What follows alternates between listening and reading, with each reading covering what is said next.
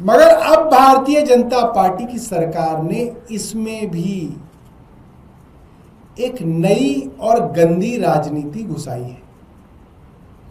Bharatiya Janata party की सरकार ने सबसे पहले तो यह कहा कि भाई हम टेंट लाइट साउंड नहीं लगवाएंगे, हम डायरेक्ट पैसा देंगे। उसको लेके कांवड़ समितियों के अंदर काफी परेशानी थी कि भाई आप कितना पैसा देंगे, कब देंगे। विरोध हुआ, मंत्री ने मीटिंग ली सेक्रेटेरिएट में, उस बात का विरोध किया गया।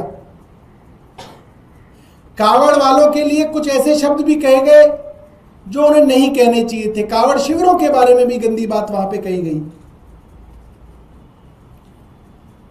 और उसके बाद यह कहा गया कि हम आपको पैसा देंगे आपके अकाउंट में।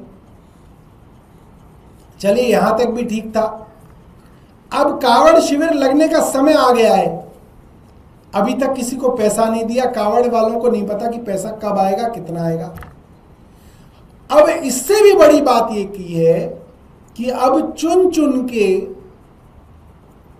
उन लोगों को जो भारतीय जनता पार्टी के नहीं हैं, उनके कांवड़ शिविरों को सरकार द्वारा अनुमति नहीं दी जा रही है।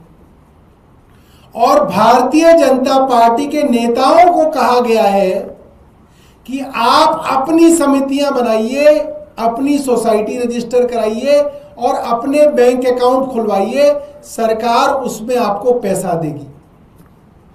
ये मैं आपको बड़ी जिम्मेदारी से कह रहा हूं।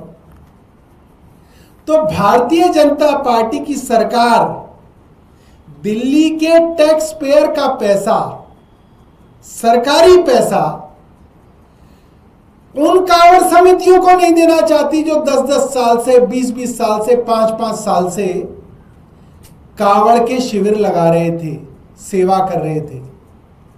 उनकी जगह नए भारतीय जनता पार्टी के नेताओं के शिविरों को पैसा उनके अकाउंट में देने की योजना बनाई जा रही है। हमारे विधायक साथी हैं कुलदीप जी, इनका शिविर इनके और इनकी संस्था द्वारा कोंडली पुल पर शंखवार अस्पताल में, अस्पताल के सामने पिछले 6 साल से लग रहा था।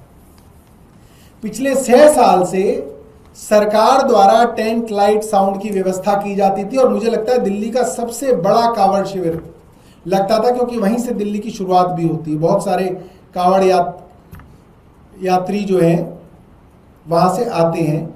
मगर इस बार गंदी राजनीति के चलते इनके शिविर के टेंट को आज सुबह पुलिस ने हटा दिया है। बोला कि भाई आपका नहीं लगेगा, हम किसी नए आदमी को वहां पे कांवड़ का शिविर उससे लगवाएंगे।